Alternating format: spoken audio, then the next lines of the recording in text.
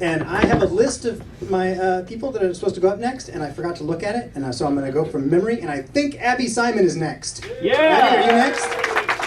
Abby Simon, everybody.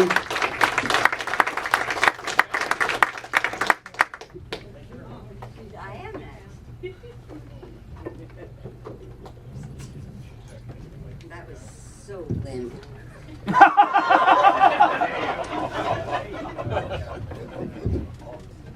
I can figure this out. It's my second time up on this stage. And I'm watching all my classmates and like, oh, poor Philip has a little bit of COVID brain. Like, have you been through menopause? Like, oh, his brain's not working for him. Like, so my brain doesn't work for me either. I'm the only one apparently from class that still needs all my notes.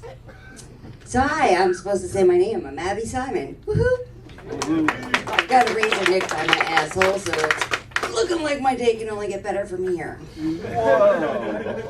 So I'm single, never married, no kids, blah blah. So sad. But oh, that one was a little delayed. So yeah, I have no real life. I mean, I have a life. It's kind of falling apart, but that's ironic because I don't really have much of a life. So I have a little bit of a freak in me and a weirdo. Definitely very in touch with my inner bitch, a loser, and apparently an entire breakfast club. I'm warm, sweet, and tender, spicy, nutty, fiery, sweet. Some would say delicious, but most would say I am an absolute acquired taste. Not for everyone.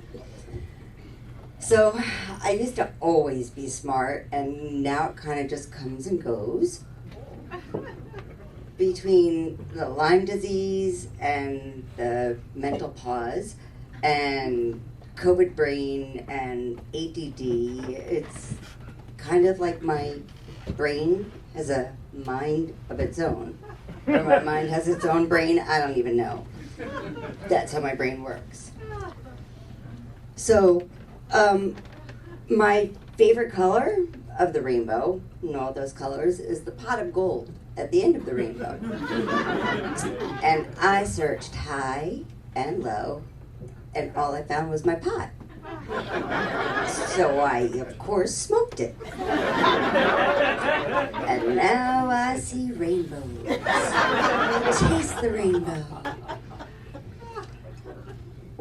Have you ever noticed how cool it is that when you live this close to an airport, you see so many shooting stars? Like, oh, look, another one. Another one. Sometimes when I smell my brain, I wonder if yours smells the same to you. Because like I said, I smoke pot. So when I get bummed about not having kids, I remind myself that I've got these. And they're up here. Like not at my waist, like most of my friends, but up here. And that's because I might be 51, but my boobs, they're only 41. See, I wasn't born with this rack. They came when I was around 10. If they come when you're around 10 on average, your boobs are always 10 years younger than you are, like your actual age. And while math might be hard, boob math is fun, even when you can't say it. Woohoo! One guy, he called them boobsicles, and I was like, oh, that's so cute and fun. Another guy, he called them best in show, and I was like, yeah! Because I get sick of hearing perfect all the time, like perfect this and perfect that, like best in show. I was like, I got that. I feel it. I take it. It's all about the boobies. I had my mammogram recently. It's all good. But here's the thing. I love getting a mammogram because then my boobs get to be the center of attention. They want to know, how are my boobs doing, how they look, how they feel. They want to see them. They want to take pictures. It's like awesome. And so like short girls, we wear high-waisted pants and it's like push-up bras. But really, bras are just suspenders for your boobs. But when I go braless, my boobs are suspended in time.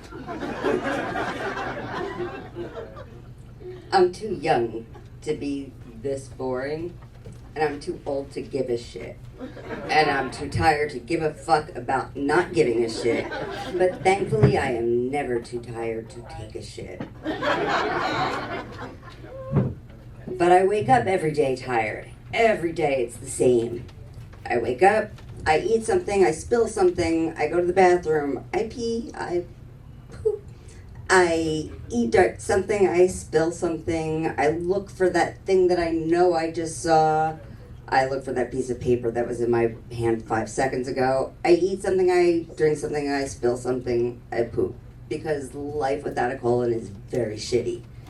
And by the end of the day, I would say that I would write in my journal, but it's really my diary. And it's just like a journal, but it's filled with very shitty stories because my life without a colon is an absolute fucking mess. It's a shitstorm. So, life, it's all about balance. Today I did some super dumb stuff, some super smart stuff. I tried to put my sweater on while I was still wearing my seatbelt because I forgot how clothes work. And I spent 20 minutes looking for my phone that ultimately ended up still being in my pocket. But I did squeeze one more glass into the dishwasher, and so, yeah, productive as fuck. So according to my pill case, I have no idea what day of the week it is. Like, and when commercials go on and on about medications and all of the side effects that would be a deal breaker for most people, I'm like, holy shit, that's my existence. Like, yes, got that one. Oh, no, not that one. Yeah, but only when I laugh, and no, not that, because I don't have a colon or a prostate. So my family, we got our DNA tested. It turns out we are all assholes. I see you over there, Mom and Dad. So, yeah, I've been trying to figure out what kind of genetic mutation causes familyitis assholism subtype FUMND. And, like, I know I'm not adopted, because my dad says really inappropriate things, like that his pubes aren't totally gray. And there's, like, that stage where I realize that I am turning into my own mother. And that is the scariest motherfucker, or father mucker, or mother father, or whatever need be. So I know that I am probably going to die when an animal tries to steal a snack, or fighting an animal over snacks, because I'm all about the snacks. Snack, snack, snack, snack, snack, snack. But I just want to let this be known that at my funeral, I would like to have a thumb wrestling competition. And you have to thumb wrestle me, but at least you know I am not going to be able to flash my tits to throw you off your game. And so I'm just going to end with a little ditty for you. I like big farts and I cannot lie. I was bloated and I wanted to die. I was feeling like shit, so I just let one rip and believe that as my departure.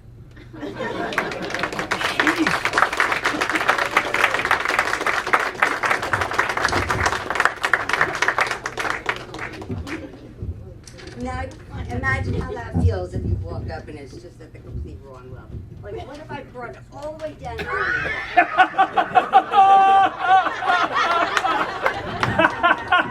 Good set, Abby. Abby Simon, everybody.